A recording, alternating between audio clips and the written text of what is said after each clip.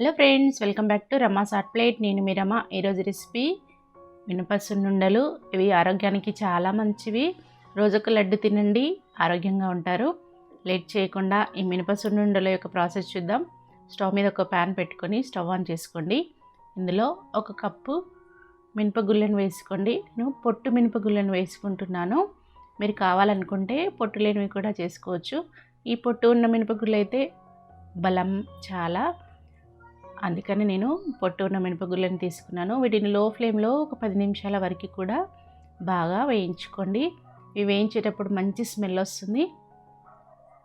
చాలాసేపు వేయించుకోవాలి. ఎంతసేపు వేయిస్తే మినప సున్నుండలు అంత టేస్టీగా ఉంటాయి.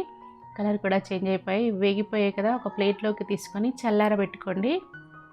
చల్లారిన తర్వాతనే గ్రైండ్ చేసుకోవాలి.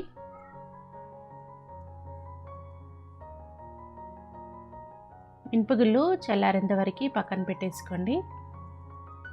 ఇవి చల్లారిపోయాయి. ఇప్పుడు ఇవి బాగా వేగిపోయాయని ఎలా తెలుస్తుందంటే, కొన్ని తీసుకొని రాయితో పగలగొట్టుకోండి. పైన ఉన్న పొట్టు ఊడిపోతే మంచిగా వేగినట్టు. విధంగా పొట్టు ఊడిపోవాలి, అంతవరకు కూడా వేయించుకోవాలి. లేదు అనుకుంటే కొంచెం నమిలి చూస్తే తెలిసిపోతుంది. ఇప్పుడు వీటిని మిక్సీ జార్ తీసుకొని గ్రైండ్ చేసుకోండి. కొంచెం బరకగా ఉండాలి, మరీ పిండిలాగా కాకూడదు, మరీ చాలా బరకగా కూడా ఉండకూడదు. ఈ విధంగా వీడియోలో చూపించినట్లుగా ఇలా ఉండాలి. ఇప్పుడు దీన్ని మనం ఒక ప్లేట్లోకి తీసుకొని పక్కన పెట్టుకోవాలి. మనం ఏ కప్పుతో అయితే మినపగుళ్ళను తీసుకున్నామో అదే కప్పుతో ఈక్వల్గా ఉండేలాగా బెల్లం తీసుకోవాలి. సన్నగా తరిగిన బెల్లం తీసుకొని ఈ మినప పిండిలో కలుపుకోవాలి. డైరెక్ట్ కూడా గ్రైండ్ చేసుకోవచ్చు. అలా గ్రైండ్ చేసుకుంటే అంత చుట్టుకుపోతుంది కాబట్టి ఫస్ట్ మినపపిండిలో కలిపేసుకోవాలి. ఇలా మొత్తం కలిపిన తర్వాత కొంచెం కొంచెం మిక్సీ జార్లో వేసుకొని గ్రైండ్ చేసేసుకోండి. వీటిని గ్రైండ్ చేసేటప్పుడు మనం ఫ్లేవర్ కోసం 3 యాలకులను వేసి గ్రైండ్ చేసేసుకోండి. మనం తీసుకునే క్వాంటిటీని బట్టి యాలకులను యాడ్ చేసుకోండి. వీటిని కొంచెం కొంచెం వేసుకుంటూ గ్రైండ్ చేసేసుకోండి. ఇప్పుడు దీన్ని ప్లేట్లోకి తీసుకొని మిగతా పిండిని కూడా సేమ్ మిక్సీ జార్లో వేసుకొని గ్రైండ్ చేసుకోండి. మనం బెల్లం క్వాంటిటీ అలాగే మినపగుళ్ళ క్వాంటిటీ కరెక్ట్గా తీసుకుంటే పర్ఫెక్ట్గా వస్తాయి లడ్డూలు. పొడి పొడిగా ఉండాలి, అప్పుడే లడ్డూలు అనేవి కరెక్ట్గా వస్తాయి. కొంచెం మెత్తగా ఉన్నా అప్పుడు మనకు తెలిసిపోతుంది. బెల్లం క్వాంటిటీ ఎక్కువగా అవుతే మెత్తగా అవుతుంది. ఈక్వల్గా తీసుకుంటే కరెక్ట్గా వస్తుంది. దీన్ని కూడా గ్రైండ్ చేసేసుకొని ప్లేట్లోకి తీసుకోండి.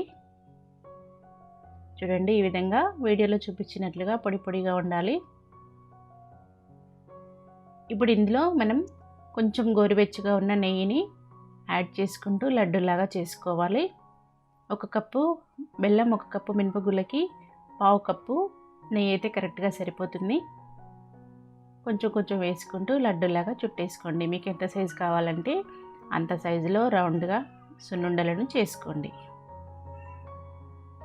మీరు చేసేటప్పుడు బెల్లం క్వాంటిటీ తక్కువగా అనిపిస్తే మళ్ళీ ఒకసారి గ్రైండ్ చేసి కలిపేసుకోండి.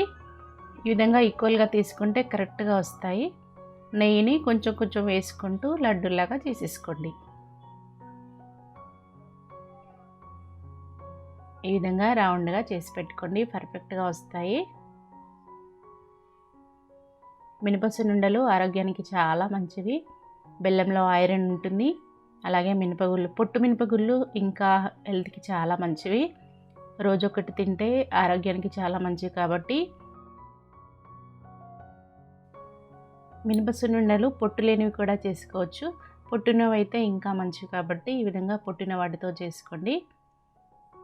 వీటిలో నెయ్యిని కొంచెం కొంచెం వేసుకుంటూ చేసుకోండి. గోరువెచ్చగా ఉన్నాయి అయితే మనం లడ్డు చుట్టుకోవడానికి చాలా బాగా వస్తాయి. ఈ విధంగా మినప సున్నుండలను చాలా ఈజీగా చేసుకోవచ్చు. సంక్రాంతికి కానీ లేదంటే ఏదైనా ఫెస్టివల్స్కి కానీ ఈ విధంగా మినప సున్నుండలు చేసి ఇంట్లో వాళ్ళకి చేసి పెట్టి ఇవి చేసుకొని తింటే రుచికి రుచి, ఆరోగ్యానికి ఆరోగ్యం కూడా. మినప సున్నుండలు రెసిపీ నచ్చింది కదా. నచ్చితే తప్పకుండా ఒకసారి సంక్రాంతికి ట్రై చేయండి. ట్రై చేసి ఇంట్లో వాళ్ళకి చేసి పెట్టండి. మీకు ఎలా కుదిరిందో మీ ఫీడ్బ్యాక్ని తప్పకుండా కమెంట్స్లో షేర్ చేయండి. అలాగే ఇంతవరకు మా ఛానల్ని సబ్స్క్రైబ్ చేయని వాళ్ళు తప్పకుండా సబ్స్క్రైబ్ చేయండి. Thank you for watching. Bye everyone.